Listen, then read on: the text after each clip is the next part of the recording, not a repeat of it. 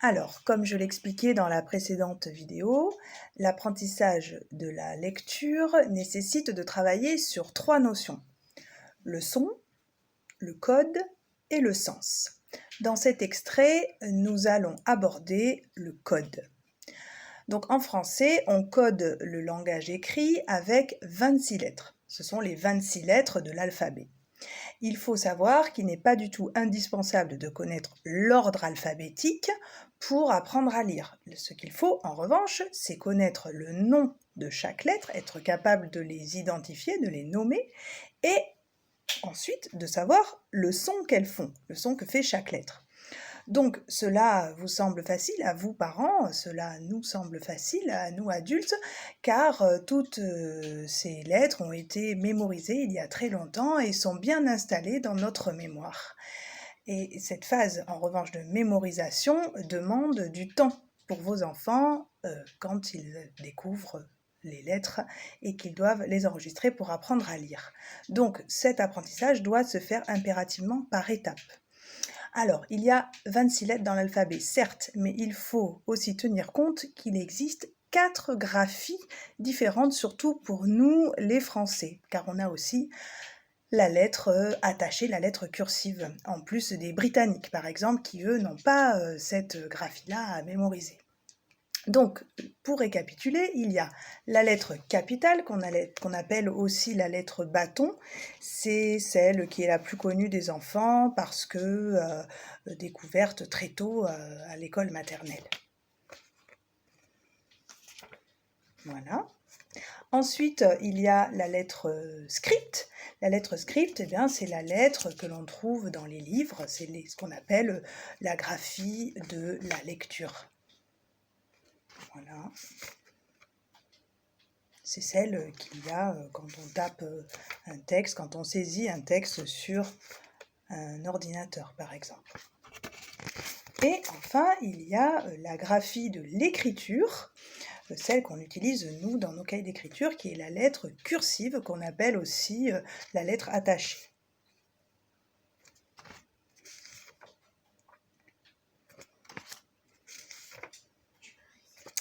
Et enfin, il y a une 4e graphie, donc celle-là, on ne va pas s'y attarder, mais elle existe quand même, et les élèves la rencontrent aussi dans leurs écritures, c'est la majuscule cursive.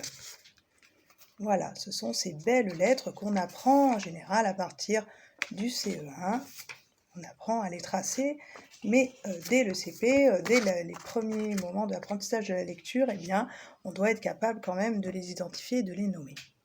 Donc, si je récapitule, ça fait 26 lettres fois 4 graphies, donc ça fait 104 codes à mémoriser, sans compter les accents.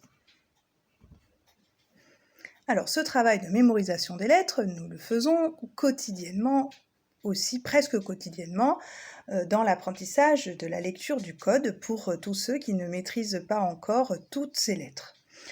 Alors, je vous propose de reproduire à la maison le matériel que nous avons en classe. Pour cela, donc ce matériel, c'est tout simplement des petites étiquettes avec les lettres dessus. C'est tout simple à fabriquer. Donc moi j'ai différentes couleurs, mais ça n'est pas obligatoire hein, si vous n'en avez pas à la maison, si vous n'avez que des feuilles blanches ou même des feuilles quadrillées, ça va très bien aussi. Ce qu'il vous faut, c'est donc des feuilles de couleur ou pas. Si vous avez des couleurs différentes, ça peut aider les enfants à trier ensuite les cartes entre les différentes graphies. Mais ça, c'est pas indispensable encore une fois. Il vous faut une paire de ciseaux et il faut un feutre. Si possible, une couleur foncée et si possible, la même couleur pour l'ensemble des lettres. Pas besoin de règles, hein, pour couper droit, tout simplement, on plie et on coupe sur la pliure. C'est tout simple et comme ça, toutes les étiquettes sont à la même dimension. Pour avoir le modèle des lettres, c'est tout simple, vous pouvez regarder sur internet, il suffit de taper alphabet capital pour la lettre capitale, alphabet script pour la lettre script, alphabet cursive pour la lettre cursive.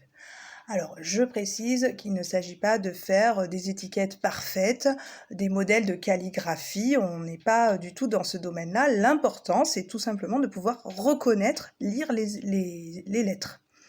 Donc, les enfants peuvent tout à fait participer à la fabrication des étiquettes et même, je le recommande vivement.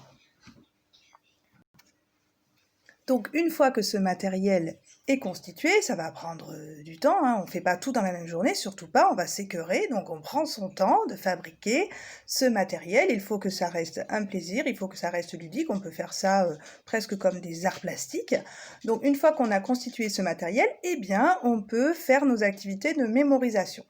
Donc voilà comment on procède en classe, les enfants, vous pourrez expliquer aux parents, on a l'habitude. Je commence en général par la capitale, qui est la plus connue. Ensuite, en général, c'est dans l'ordre, mais bon, dans l'ordre qu'on fait, mais ça peut changer. Ensuite, on passe à la script, qui est la plus vue aussi.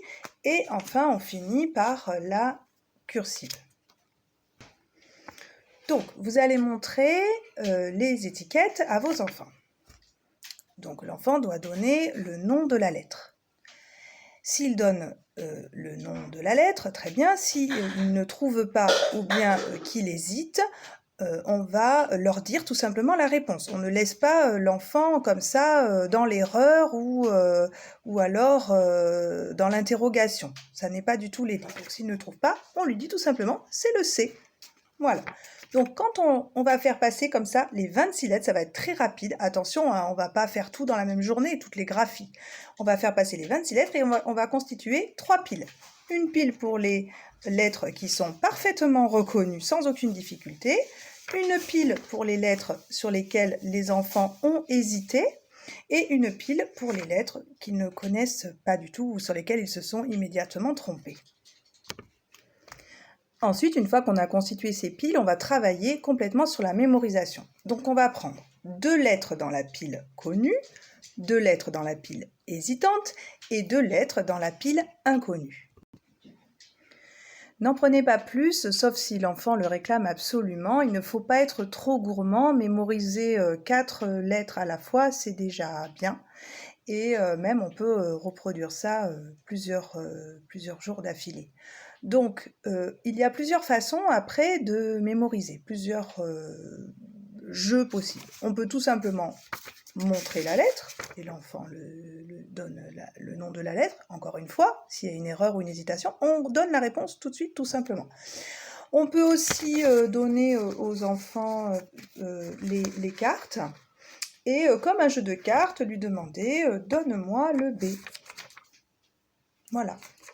L'enfant peut aussi disposer les cartes devant lui, voilà, et on peut lui demander de montrer. Montre-moi le D. Ou on peut donner un jeton, un morceau de pain, quelque chose, en disant pose-le sur la carte. Voilà, ça peut être aussi ludique. C'est à vous de trouver après des variantes en fonction de vos choix et de vos idées. Surtout, ce qui est important, c'est de féliciter les réussites, d'encourager toujours systématiquement et de corriger aussi, aussitôt, immédiatement, les erreurs sans dramatiser du tout. Non, ce n'est pas le D, ça c'est le C, tout simplement. Alors voilà, ça c'est quelque chose qu'on peut faire régulièrement, ça prend quelques minutes par jour.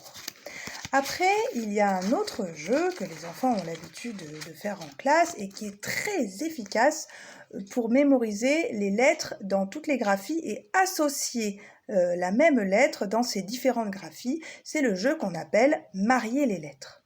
Alors, cette fois-ci, les enfants vont prendre toutes les étiquettes. Alors, je laisse de côté la majuscule cursive, hein, celle-ci... on n'a pas besoin de la travailler là dans l'immédiat, hein. Elle viendra toute seule par la suite. Hein. Et donc on donne tous les paquets et on va demander aux enfants d'associer donc les lettres dans les différentes graphies. Donc là j'ai le A en script, le A en capitale et le A en cursive. Ils vont faire des paquets comme ça à chaque fois de 3 lettres identiques mais dans les différentes graphies. L'avantage de ce jeu, c'est qu'ils le connaissent parfaitement et qu'ils peuvent le faire en quasi-autonomie. Vous avez juste à passer de temps en temps pour valider quand c'est juste. Donc quand c'est juste, vous pouvez tout simplement mettre de côté. Ok, ça c'est juste. Et si c'est faux, voilà, juste, ah bah non, ça va pas avec ça, donc on les sépare. Tout simplement.